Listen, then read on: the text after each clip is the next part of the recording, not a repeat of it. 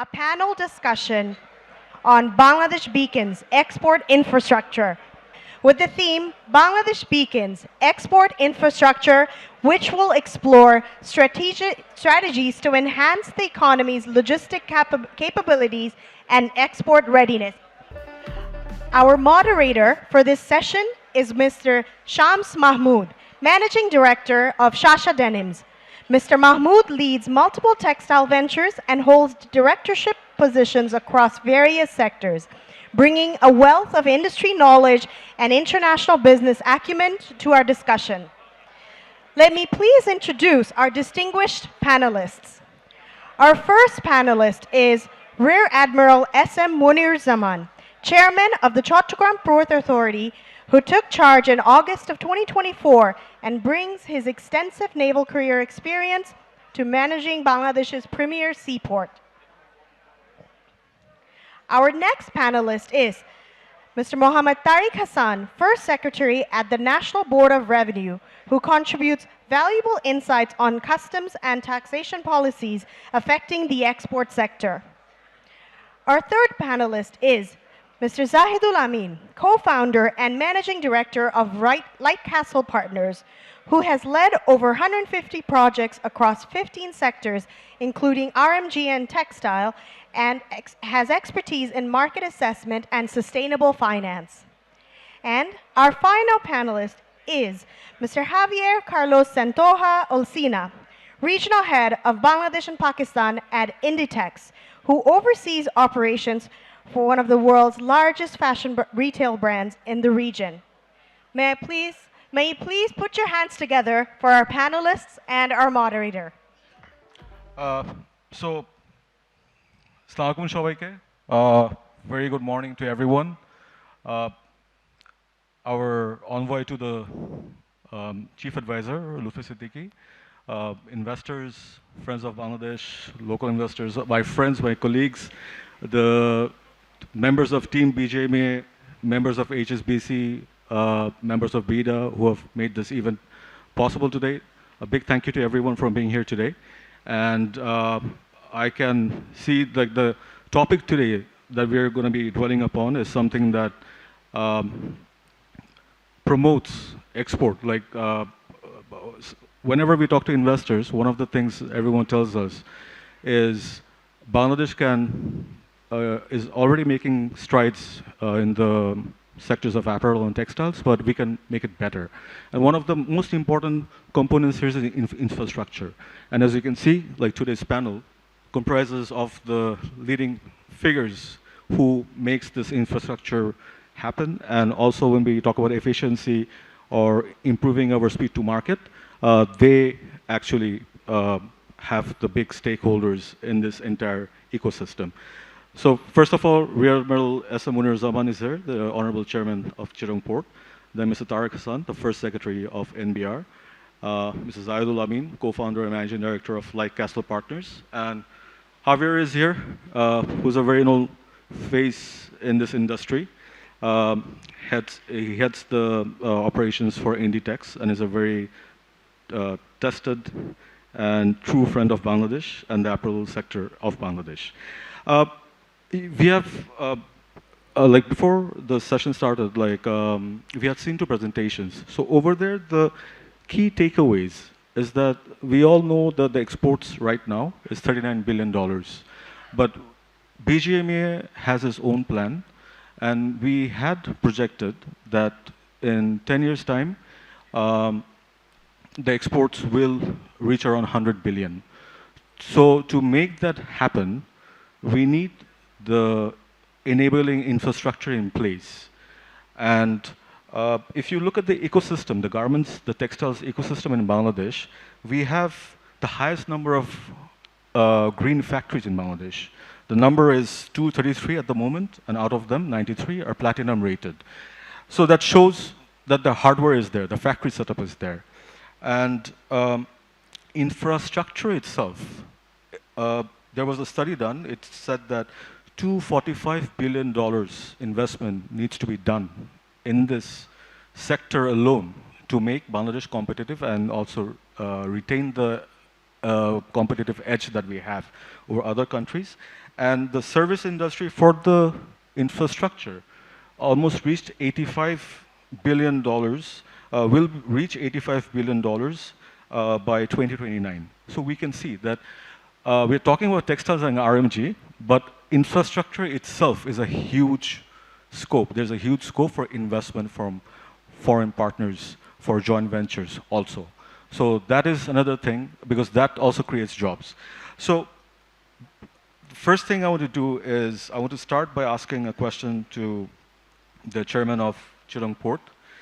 Sir, we know that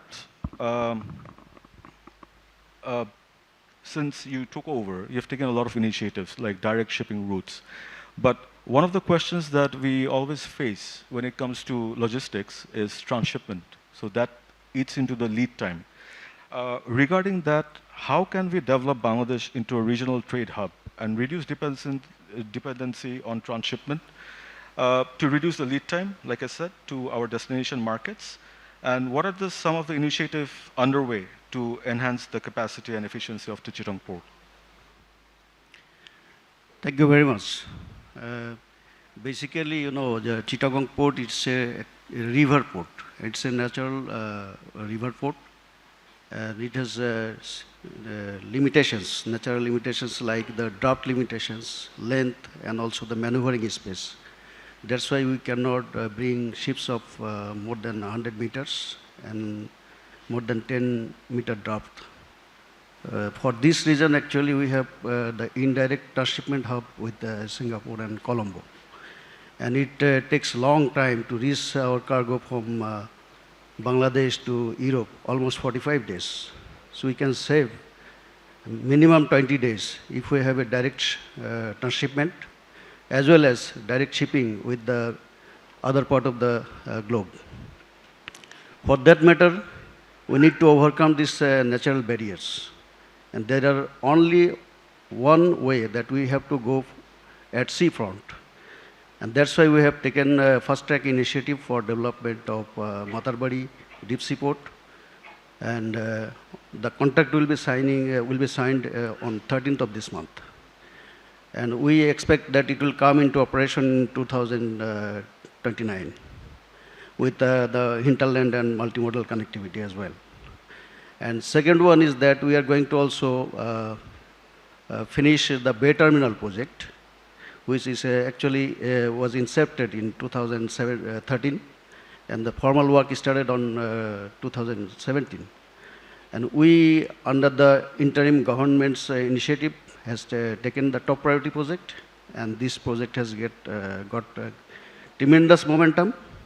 And we expect that all the formalities are to be completed by September or at best by October.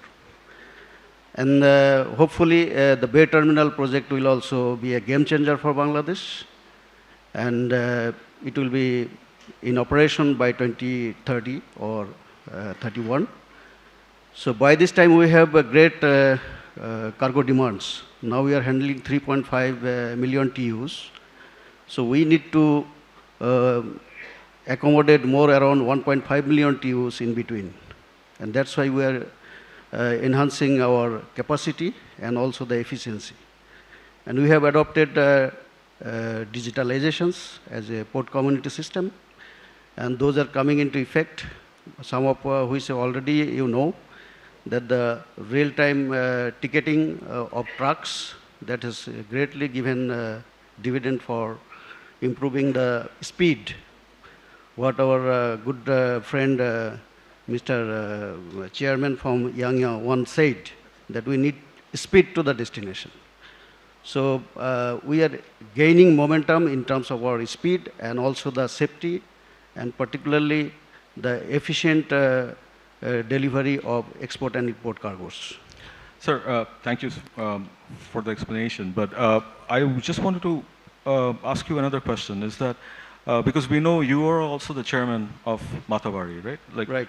Matarbari and Chirang Port is under you. Right. So we know that Matarbari will mainly focus on bulk carriers. So can we expect that Chirang Port will only facilitate container handling, especially for export. Is there a possibility of that we can see? You mean mother bodies for bulk carriers? For bulk carrying? No, mother body, it will have actually three major hubs. One will be energy hub, another one will be the logistics hub, and another one will be the commercial hub. Okay. So in the logistics hub, we'll have two terminals. So those two terminals will be able to handle 1.5 million TUs. And in Bay Terminal, we are going to have facilities for 3.5 million TUs. And the good thing is that we will be able to accommodate larger vessels with greater volume of cargo. It will not only reduce the lead time, also it will enhance the speed, and at the same time we'll have direct shipping and also direct feeder service from and to Singapore and Colombo. Thank you so much for the answer. Thank so, you. if I summarize what you just said, is that Bangladesh has already taken plans with the future in mind to support the 100 billion export just from RNG alone. And there will be other sectors as well. So, for logistical and the infrastructure side, we are ready. Right, with the yes, we are addition ready of to accommodate any challenge and any complexities, even with the existing global reciprocal Yes. tariff phenomena. We are not at all worried. Yeah. We are resilient, and we are innovative. We can adapt to the changes. Thank you very much. Thank you, sir. I would like to move to Mr. Tariq. Mr. Tariq Hassan, as we know, is in charge of modernization of NBR. Whenever we talk about NBR, we have seen a huge shift within the last 6 months, especially with the reforms and the changes that the NBR is undertaking, which is a refreshing change from the traditional mindset that we had. And now we can see that NBR is listening to the concerns of the business community. So with that, I would like to ask Mr. Tariq that how can Bangladesh further streamline import and export processes for 100% export-oriented companies, leveraging bonded warehouse facilities, and also talk about the Bangladesh single window, which you just inaugurated a few days ago. Right. How do you expect that to enhance the efficiency and facilitate both trade now and also going forward? First of all, thank you very much. Good morning and assalamu alaikum to the esteemed audience. Well, again, double thank you too for recognizing that in the last 6 months, the stakeholders, as in stakeholders, you are managing director of Sasha Denims. So you have recognized that in the last 6 months, you have seen positive movements at the NBR to facilitate overall trade, import-export trade, and boost our exports. Of course, we are in a challenging situation, but even then, this recognition means a lot to me, to the NBR as an organization. Thank you very much for that. Well, you have rightly mentioned, we have fast-tracked many things within this 6 months window. First of all, you have already mentioned that's the national single window. Before that, I come to your inaugural statement that you said that import-export is kind of, maintaining some sort of regulations and compliance. And as regulator, whoever at the government side, we should focus on reducing the compliance cost. That will automatically increase trade, global trade, bilateral and regional trade, even within domestic trade. So that is our primary responsibility. And out of that responsibility, in February, we have launched the National Single Window, and it's a pleasure. I got our Honorable Lutfa sir is here. It's a pleasure to share the information that the National Single Window is now widely used by 7 certificate licensing and permit issuing authorities. We are committed to make sure that all the 19 authorities will use this by end of March. And till 7th of April, I'm giving you the data as of 7th of April, we have issued more than 157,000 licenses out of that National Single of Window. So it's a, thank you, sir. Thank you, sir. So it's basically, it's not an achievement for the government, it's an achievement for the country itself, because you know how painful it is to get a certificate when you go individually to, all the regulators individually, and then, you have to spend some time, you have to spend probably money, And at the end of the day, you may even miss some opportunities to export on time. So this is what we have brought in. Another very important thing that we have launched is the AEO program, which was even highlighted in our in yesterday's inaugural presentation by our chairman BIDA, and our NBR chair and our advisor sir is really focusing on leveraging technology and bringing in automation to the NBR. So that is the key. We have to leverage technology, because if we can see, our export has grown over the last decades, I mean, like 167%. In Chittagong Custom House alone, we every day handle more than 5,000 to 6,000 export declarations. So that the volume is growing. So we have to keep pace with this, and we have to integrate with global trade only by leveraging technology. And another thing that I should mention is we are now more focused on how to serve our partners, the other government agencies and the private sectors, because it's a bondage that we need to create. And we have committed that we will go, the customs people will go to the special economic zones that we are going to develop. Particularly, we'll pilot soon with the Japanese economic zone, special economic zone, that we will be deployed there, and all the customs formalities will be handled from that premises. And also what our Honorable Chairman Kyok Sang mentioned, the bonded facilities. So in the logistics space, this is a very important thing that we need to focus on, because as he rightly mentioned, we do not have such setup. Many micro or small entrepreneurs, for financing, for lack of their financing capacity, they cannot, directly open LCs. So this type of policy support, we are very much committed under the leadership. We are very much committed that we are going to bring these changes as you have rightly focused on. Thank you very much. Thank you so much, Tariq bhai. It's very reassuring. Like, whenever we talk to you, we always see that you're always looking forward. I mean, as business people, we do face problems. It's anywhere in the world. But it's when we get a response and we get a follow-up, that is what we want to see, and that's encouraging. And I just want to ask you one question. Like yesterday, like in today's news, it's there that the chairman of BIDA just mentioned yesterday that free trade zone will be done. So I'm just curious, within the trade zone, the free trade zone, and the example of Jebel Ali was there. So if we can set up a separate zone within the free trade zone, where if I'm exporting my, for example, international e-commerce site is there, who does retailing, right? If I export it there, if it's treated as being exported out of Bangladesh by and handled by that e-commerce retailer over there, then it creates a new dimension, because that takes care of the banking problem where within 120 days the proceeds has to come back. And that gives us scope to work with giants like Amazon and the international players in the e-commerce landscape. So do you think if a proposal like that comes from BGMA's side, NBR will try to facilitate that? Oh, of course. So let me take this big opportunity. Back in February, I had the opportunity to visit Japanese investors along with our Honorable Commerce Advisor, sir, and Chairman BIDA, sir. And during that time, we were actually talking about this, the concept of free trade zone bringing in Bangladesh, because this concept was there in the world. It was just beside us. It was in Malaysia, it was in Singapore, it was in Hong Kong, it was in Taiwan, but not, why not us? And now I was extremely happy to see that our leaders, they have brought it in here. We have seen that Chairman DP World yesterday came and had a wonderful session with us, and he mentioned that he would support us in promoting and establishing a free trade zone. I think these are the demands that should have been met even before earlier.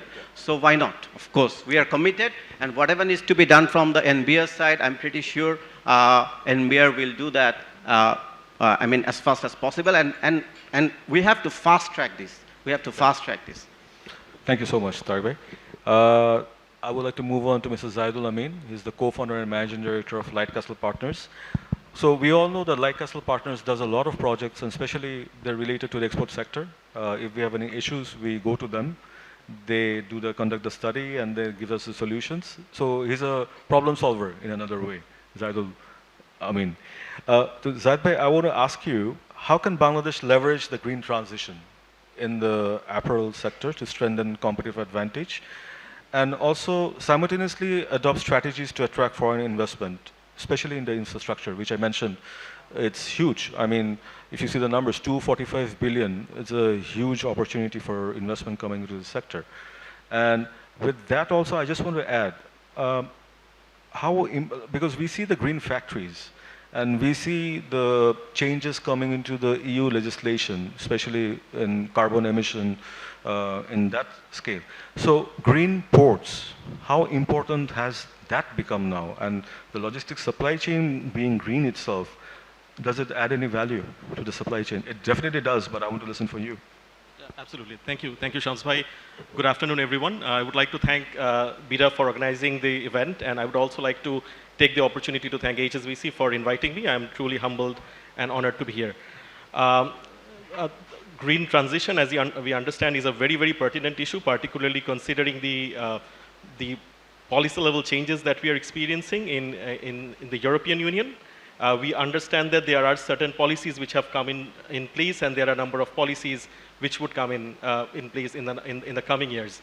And this would require us to understand how or what implication we have as an industry in terms of carbon emission and finding ways to reduce carbon.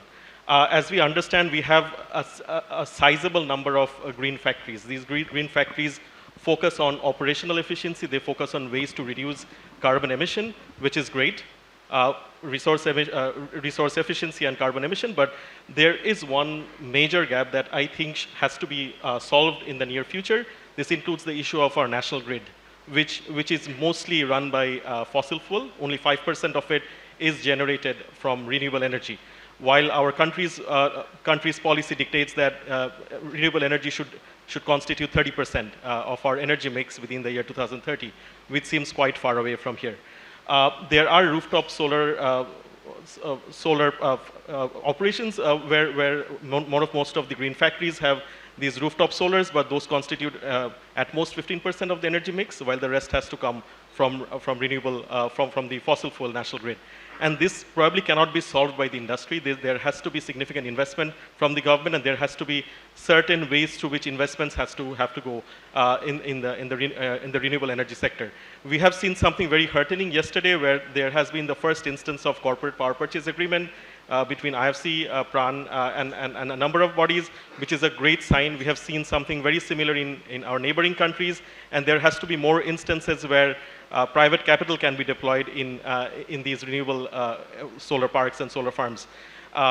There are other ways as well. As we know, our population is quite high, our density is very high, so availability of land is a huge problem, right? And the only way to do that is to pursue other means. For example, one would be to pursue floating solar parks. Other mechanism would be to engage in public-private partnership, which would enable government lands to be used for solar parks. This can be explored as well, because a lot of government entities have access to a significant volume of land which are not arable. That can actually have a major impact on that. Even for rooftop solar, most of these investments are being made by the industry, by the entrepreneurs. There has to be a proper mechanism for going for capex-based investments, which would enable outside investors, be it impact investors. There can be blended financing mechanisms as well. I know for a fact that a number of development agencies have been working very closely with ESG financing to increase the uptake of rooftop solar. Those have to be further structured, and there have to be policies in place which would foster these co-investments in rooftop solar. And that would be one mechanism through which we can increase greening of the RMG sector. We believe that the challenge in the coming years would be quite difficult, but I think through concerted efforts, we should be able to increase renewable energy sourcing through our national grid. Great, thank you. Thank you, Zaid bhai. To Javier, I would like to move to you.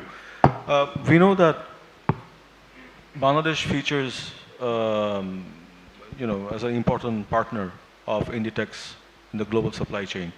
Now, as a strategic sourcing destination for Inditex, what infrastructural improvements do you want to see being prioritized for long-term partnership like global buyers like yourself to turn Bangladesh into a more stronger regional sourcing hub, and especially by leveraging its location, the strategic location that Bangladesh has internationally? Okay, thank you. Thank you, Sams, for introduction. First of all, allow me to say on behalf of my CEO who came yesterday, thank you to BIDA, Mufti, as a representative of the government, BGMEA and HSBC sponsors of the event. Thank you very much on behalf of Inditex. Okay, so going back to your question, I mean, it's an ongoing process for the last, I would say, 15 years. We have seen, not only on Inditex, on the industry, is that the speed of the private sector, the speed of you as a supplier, has been at a different level compared to the growth of the infrastructure in the country. So one of the key aspects that we have been pushing is to reach the same speed. So we all know that we have probably the best factories in the world in terms of LEED certification, but unfortunately the port capacity is what it is, the airport capacity is what it is, and is not enough, okay?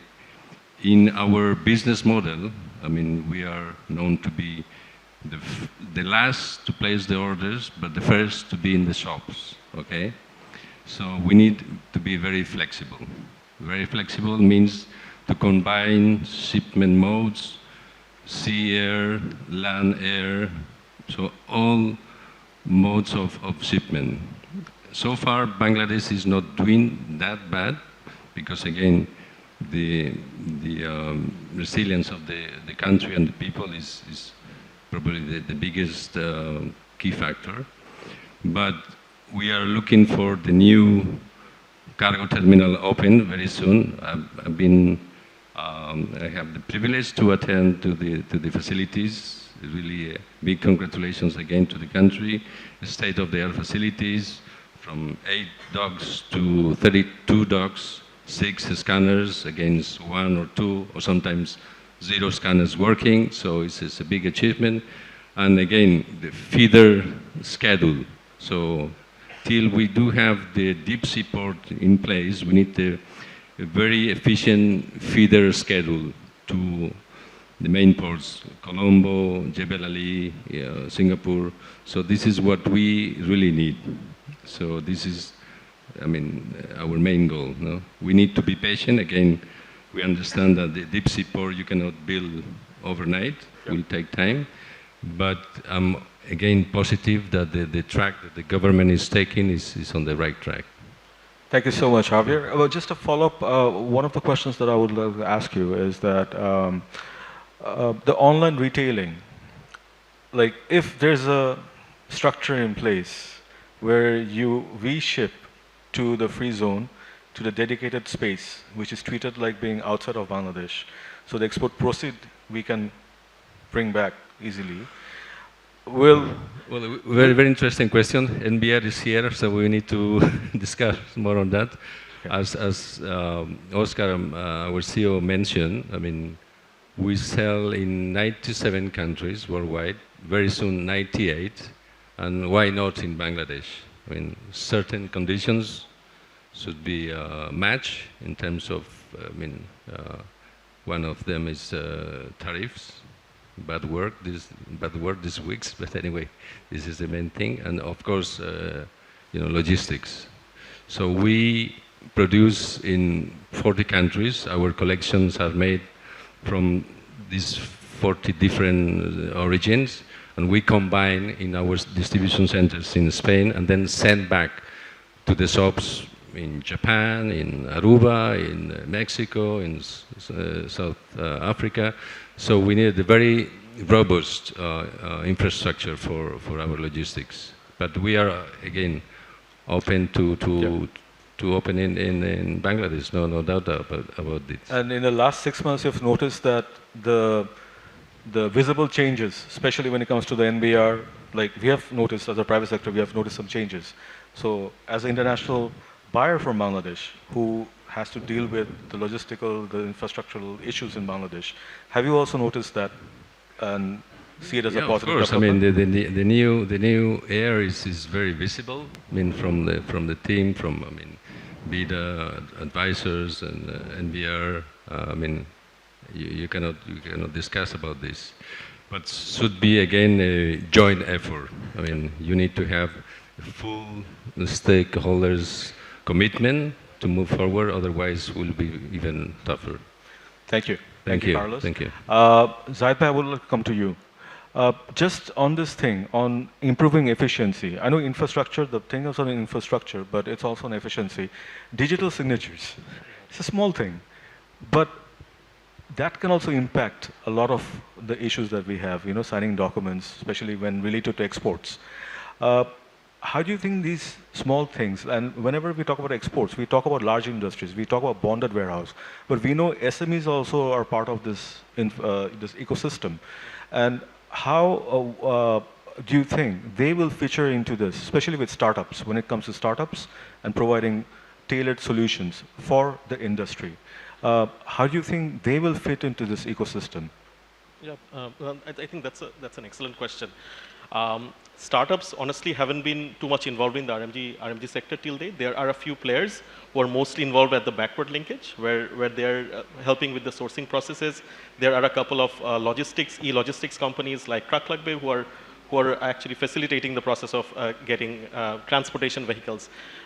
There are definitely interesting opportunities. For example, I've come across companies who have been able to foster ways through which they can facilitate the transactions. Alongside,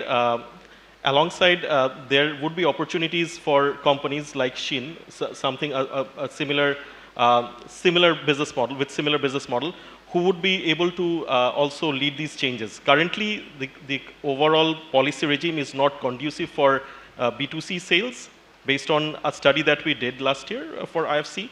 However, there are possibility of streamlining these policies in order to make sure that B2C brands are also able to sell in the international market as well. I think this is possible, this is doable, others are doing this, and there is no reason why we can't. Great, thank you. Mr.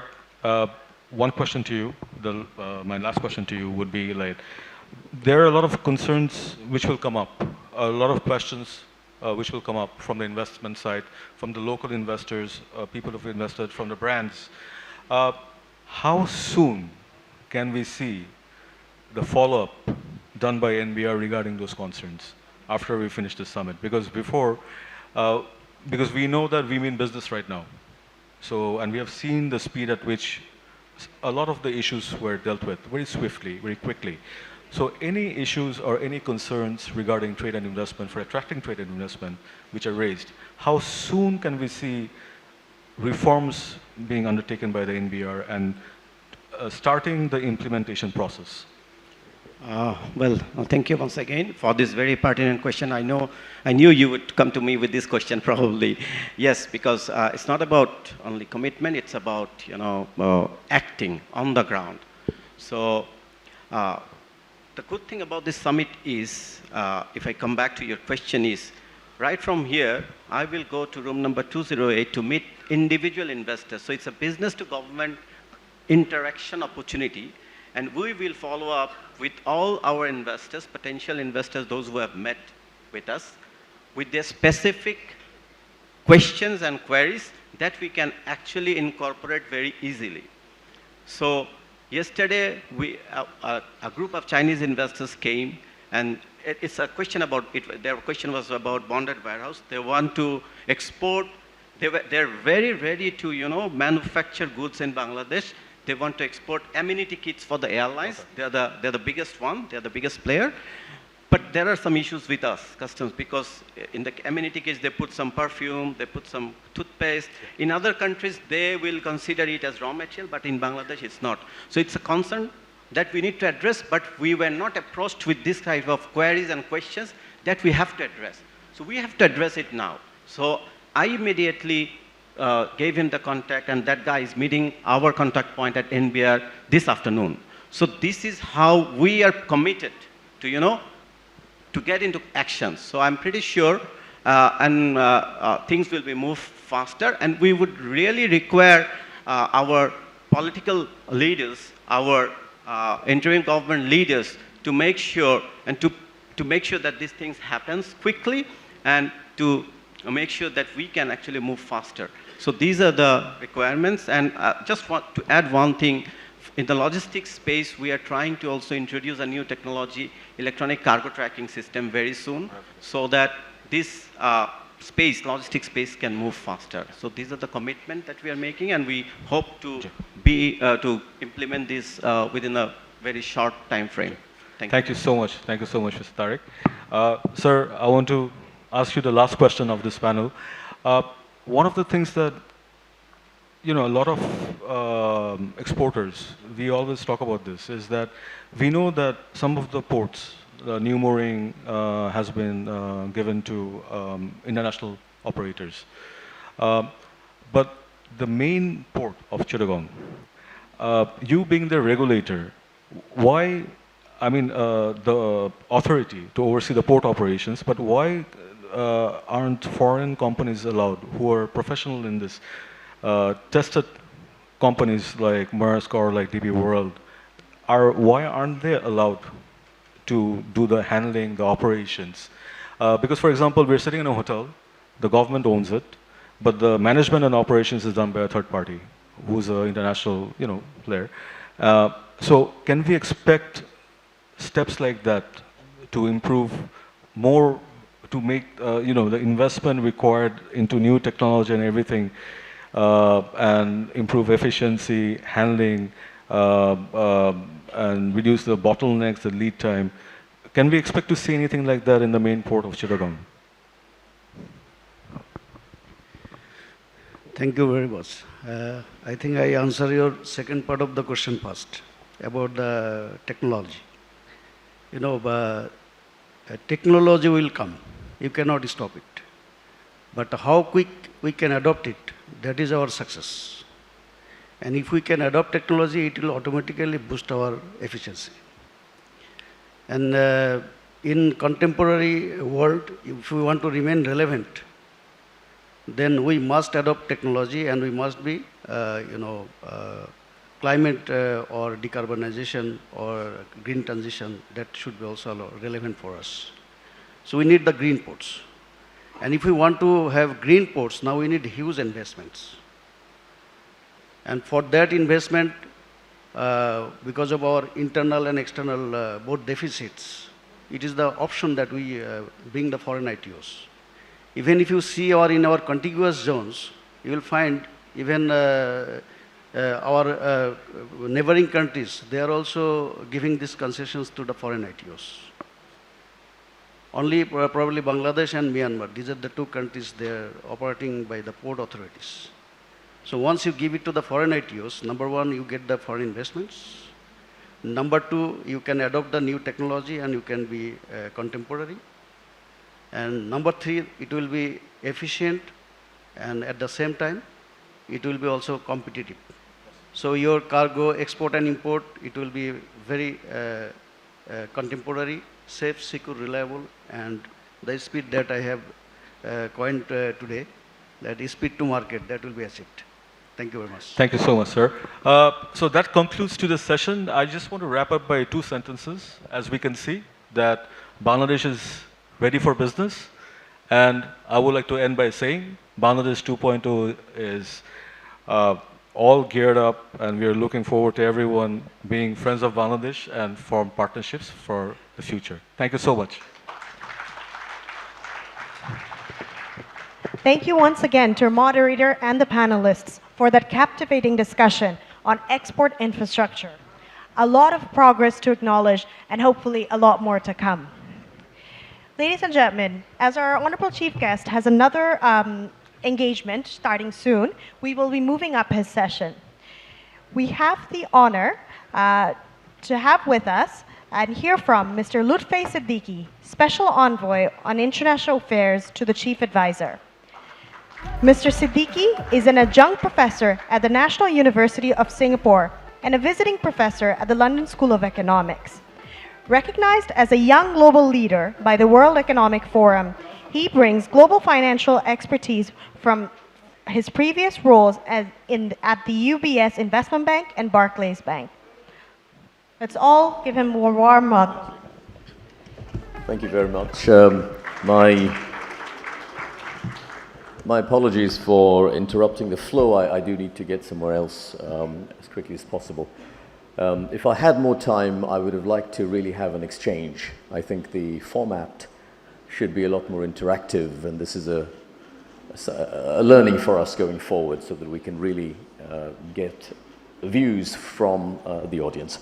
If I could just, first of all, acknowledge my colleagues from government. So we have the BGMEA administrator, the chair of Chittagong Port.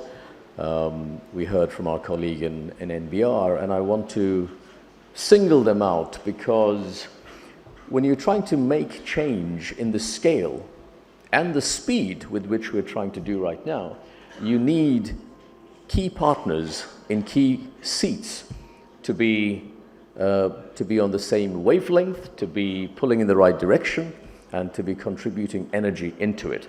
I know the BGME administrator was working beyond midnight last night with the Commerce Advisor. We've done that several times on many other occasions before. The Chittagong Port Authority and I, we have a very vibrant WhatsApp group with multiple ministries at the highest level represented in there. So the ease of doing business within government is not right. It's nowhere near where it needs to be, but it's only because you have key people in key seats. In addition to those here, we have obviously Ashik in BIDA Beza, we have the NBR chair, the governor of the central bank. You just need half a dozen to a dozen people in key seats to demonstrate proof of concept. So it comes down to how do you make change? Because I'm sure you've come to sessions like this before, you've heard people say what it is that needs to be done, and then we forget about it and we wait for the next session and the next conference, and on you go. I'm hoping it'll be different this time round. When we come to a summit like this, it's not just for presentation reasons.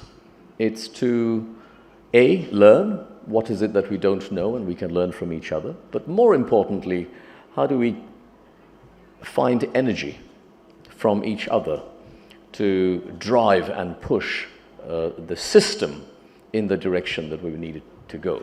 This is system change that we need to effect. It's not just about one person doing one thing, and you might change the situation in that moment, but it doesn't scale into something that is system-wide, that can survive after you have left the scene. And so a summit like this is useful if we think of it as a vector. It's something that takes us forward. It's a milestone in the journey.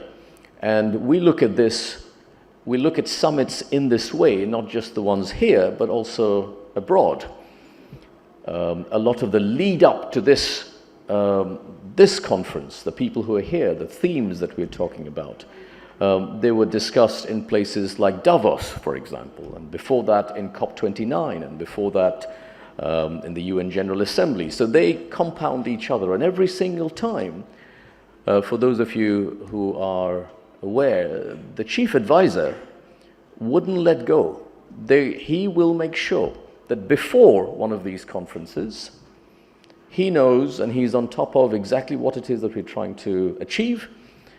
And then immediately after that, if it's abroad, even before we come back, he wants to do a team huddle, and he wants to make sure that we all understand what our deliverables are as a result of that. And this is going to happen again. We'll have a huddle in probably 48 hours' time with the chief advisor, and he will want to know exactly what it is that we're trying to deliver. And that is a huge difference. When you have that style at the top of government, and you see that style now adopted by some of the other advisors as well, there are some common themes that come about. you start looking at things on an interministerial level. It's no longer, oh, I have written a letter to that ministry, I'm waiting for the letter to come back. It's much more real time. Let's get to the next stage in the process. There's also a little bit more appreciation of the value of time. You mentioned time to market in the port. Well, the whole of government is meant to be a logistics operation. We move information from one place to another so that we can get decisions and we move to the next level. Government should be a transshipment operation. And we are the opposite of that. It is a set of customs blocks, basically, in the journey of any decision making. Sometimes infinite loops that it's very hard to get out of. And so the value of time is important, particularly for us, because we know we have a finite time in government, months. And in my case, I have distilled it down into a specific number of weeks that I know I'm going to be here. And for every week, I have some deadlines that I need to meet. And that is how some of our interministerial committees are also operating. It still doesn't mean that we're not getting a tremendous amount of resistance from various points in the process, from various parts of the process. Some of it is legitimate, and so we course correct where we realize that we perhaps needed to understand something differently. But in a lot of other cases, it's not legitimate because it's just resistance. Resistance to a revenue model that a particular officer or a department might have had, and we are disrupting it, so you get resistance to that. The events of the last few weeks, the Trump tariffs, before that, the decision around USAID, which was then replicated by the UK's FCDO, means that we cannot rely on preferential treatment on a regular basis, whether it's GSPs to the EU or any other LDC-related or other advantages that we've had until now. It may be unfair, but that is the reality. So we need to become match fit a lot more quickly. If we end up with a 3-month, for example, a 3-month roadmap to prevent the imposition of the US tariffs, then it'll basically mean LDC graduation in 3 months' time. So we have to go completely away from the old style of working, which is let's do panels, let's do seminars, let's do conferences, and we'll revisit it over time. And if enough people can lobby the government, then LDC graduation will never happen. And we take it to the last minute. And we don't have to do labor reforms, and we don't have to do decarbonization, and we don't have to work on intellectual property, things like that. We have to work on all of those now. It is existential for industry and the economy as a whole. So that is where we need as much support as we can get. If you make it, if you first of all keep the pressure on, but the pressure has to be pointed. You agreed to do this by this time. Why has that not been delivered? That's good kind of pressure to apply. To say, make very sweeping statements, highly generalized, 12 different things lumped into one conversation, nothing gets executed. So please help us, keep the pressure on, make it very pointed. Everyone has access to most of us, so we can try and respond to as many of those as possible. And then help us keep a sense of momentum. If you see something being done right, the national single window, for example, was mentioned, bonded warehouse or the authorized operator, there are actually lots and lots of very good cases that are popping up. The Chittagong port, when you look at the micro level changes that he has made, just the physical state of the port, the queuing of the lorries, huge changes compared to where the starting point was. Not material compared to where we need to be, but certainly compared to where we were. So where you see those, please also reflect those and showcase them as what can be done so that we derive encouragement and inspiration, energy from those, and then we hopefully get more copycat initiatives by others, because it changes our self-belief of what we can do, and it changes the benchmark. We then start competing amongst ourselves as to who can take the next new shiny initiative. And that is how, certainly my theory of change is that is how you do it. You build momentum, you get results in specific cases, you advertise them, and you ask others, why can't we do that, or why can't I do better than what that person has done? So apologies again, I'm a bit short of time today, but I've taken a lot of notes, so hopefully I'll be able to distill some takeaways for me. If after the event, if you feel that there are very specific things that should be followed up, what are the 3 most important takeaways from this panel? Please do send them to me, and I will try and find an owner and a deadline to get movement on those. Thank you very much.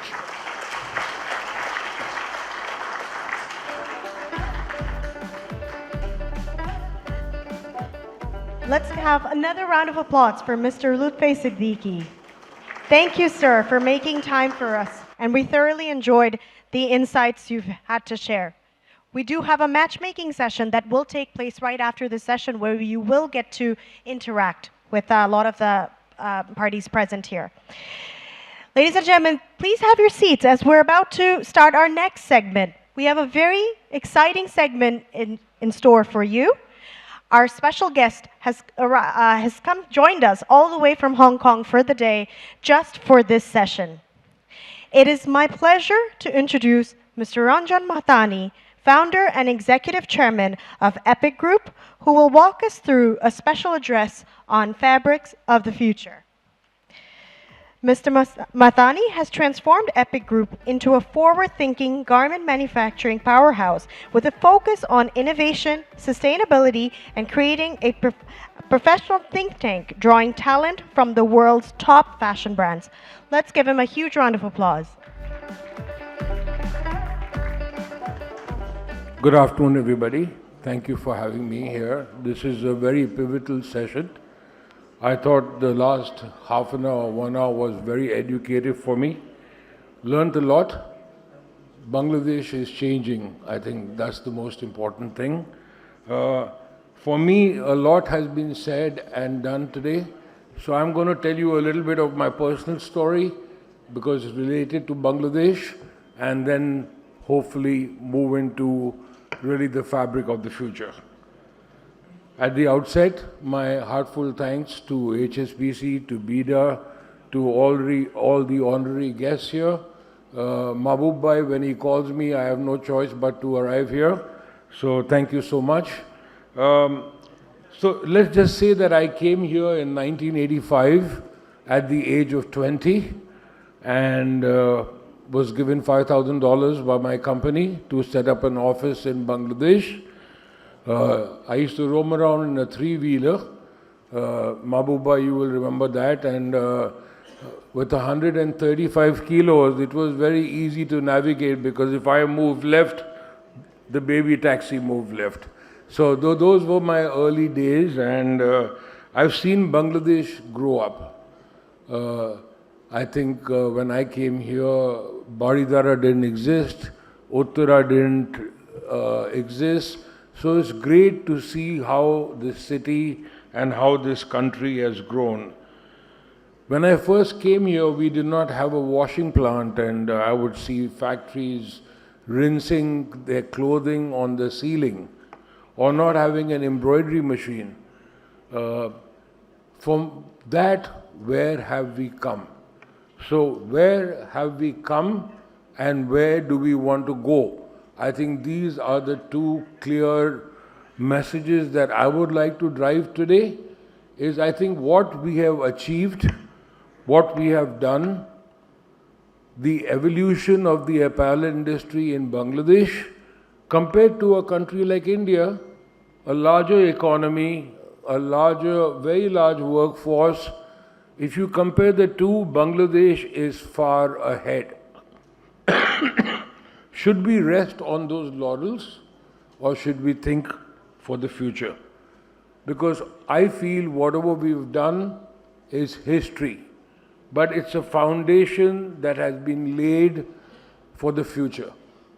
I think they're distinctly, I had written a lot about tariffs today, but unfortunately Trump's changed my speech when I woke up this morning. But that being said and done, the 10% yet has to be dealt with. I believe we work globally. We have factories all around the world. Bangladesh has the ability to gain advantage out of these tariffs.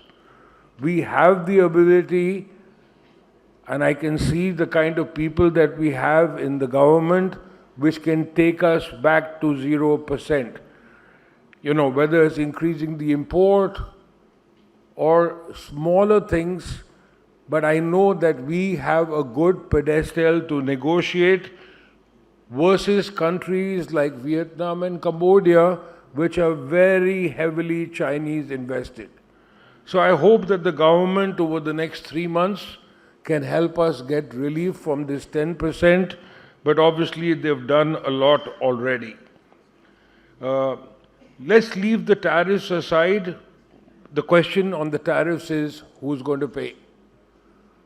Is the brand going to pay? Is the consumer going to pay? Or are we going to pay? Very strenuous conversations, as we know.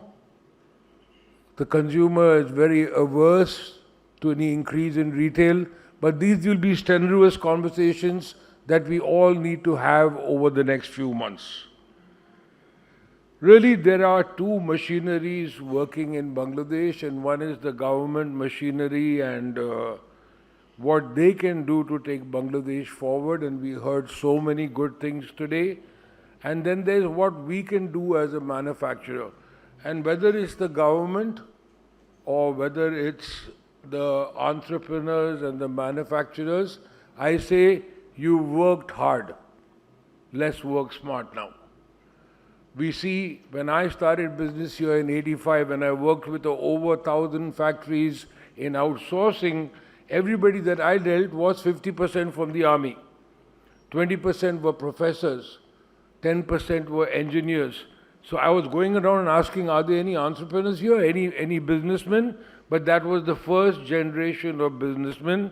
And today comes in very highly educated second generations that can take all this forward, all the hard work that has been done. As a company, we believe that improvement is continuous.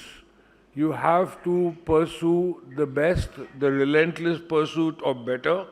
And there are some things that we all talk about: product innovation and trends. Vendors must diversify their products, share trend insights, focus on fabric, elevation, and localize for agility. Lot of potential in this one paragraph. If we import more US yarn, as part of our discussions with the US government, and if you use 20%, as if it's more than 20%, you are going to get a tariff rebate on that 20%. These are all things that we have to look at the executive orders and adjust ourselves. Today, as factories, where do we want to go next? We just heard Mr. Kiak Sung. He is 30% automated. How much are you automated? How much automation do you want to go for? At the end of the day, we need to use the labor in Bangladesh, but there are a lot of operations that we have to de-skill. Do we have a shortage of labor? I'm sorry, in my opinion, there's no shortage of labor. There's a shortage of trained labor. As a company, we have embarked on a 90-day induction and training schedule. This does not only entail machine training, but various methods of bringing these workers into our industries ready not only to be efficient as a worker, but to preserve the culture of our company. And this is what we are going to do worldwide. We are just launching a 1.6 million square feet factory in India, and we will adopt the same. Today we are paperless as a company in the sense every machine has an RFID, Every supervisor has an app, and we are able to see quality, absenteeism, you name it, on an app. I have it on my phone right now. And it takes a lot to make this change, as you know, any of these changes, but that intel, that data allows you to run your business better. Quality and speed are very important. Let's not downplay the word quality. I'm sure a lot of people here work with a customer called Uniqlo, and they're very tough on our factories, and they drive 0 defects. And we achieve it. And most of our factories rejected it when we started, but we were hell-bent on achieving it. And today we add a new factory every year for them. And if you go into their store, the buzzword in the world is that Uniqlo is the best quality and value for money. So I just take that name as an example that can be done, because if we elevate our quality, that is the only way we are going to attract the more high-profile brands into our country. Speed, agility, nimbleness, so important. Yes, we can localize the fabric, but we yet got to deal with the 3 weeks in the port. What are we going to do in the meanwhile? How much time do we take to make an order? Do we take 45 days? Do we take 30 days?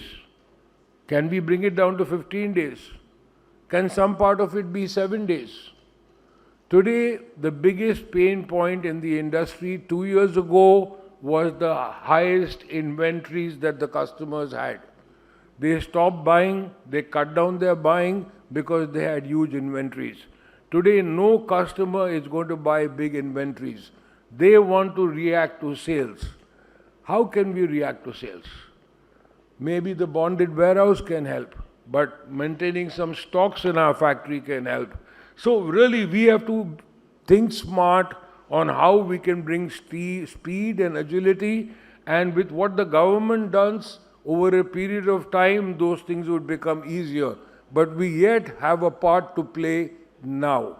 We yet have a part to play in the next evolution of Bangladesh, a country that I firmly believe in, a country where I lived for 17 years and have a huge attachment with. Digitization and AI, we spoke about the RFID, but how digitized are we? I mean, I look at our banks and I use my app. I'm not very tech savvy and I can do anything with the app. Send money, receive money, see my statement, borrow money, you know what I mean? I can do anything with it, receive promotions, receive news. Why can't I run my company digitally? Why can't the owners of the company get a whole overview of their company, including their financial data, within 15-20 minutes? The days of the PowerPoint have gone. The days of the one page have come, but that one page is on an iPad or a tablet or an iPhone. Sorry, I make my points very strongly because I believe this is where we can evolve as a country to the next level. Let me tell you that I've been asked, and I'm sure very soon a lot of people will be asked by customers for your financials. Audited financials by the Big Four. Because they hear news about factories not paying salaries, factories going under. They want to work with reliably financial companies. So that's another requirement that's coming in, and these kinds of due diligence are going to come in when the market is tough, when we see so much global change in the economy. Lastly and finally, I'd like to talk about sustainability, as this is very, very close to my heart. I met a lot of people in Dhaka, in Chittagong, in Hong Kong, and they get scared of sustainability. Oh my God, so much investment. I got to buy solar panels, I got to buy semiconductors, I got to buy this, I got to buy that. Every single investment you make in sustainability, if you do it smart, there is an ROI attached to it. If you are successful in that ROI, it is going to bring down the cost of your company. So keep sustainability close to your heart, because you are doing two things. You are improving your business, long-term financially, and we are doing a very, very small part in changing the climate change in the world. Bangladesh really has been the foundation. I think we ourselves as a company have 2 Leeds platinum factories. One of them was the highest in the world, just got displaced to number 2, unfortunately. But is the Leeds certification the end all? Because the measuring tools for sustainability are being evolved by the customer all the time. Is it only the Higgs index? Is it only the Leeds? There are various packs being formed. Today you are going to have people go into the depth of your sustainability, and please do it because you are proud.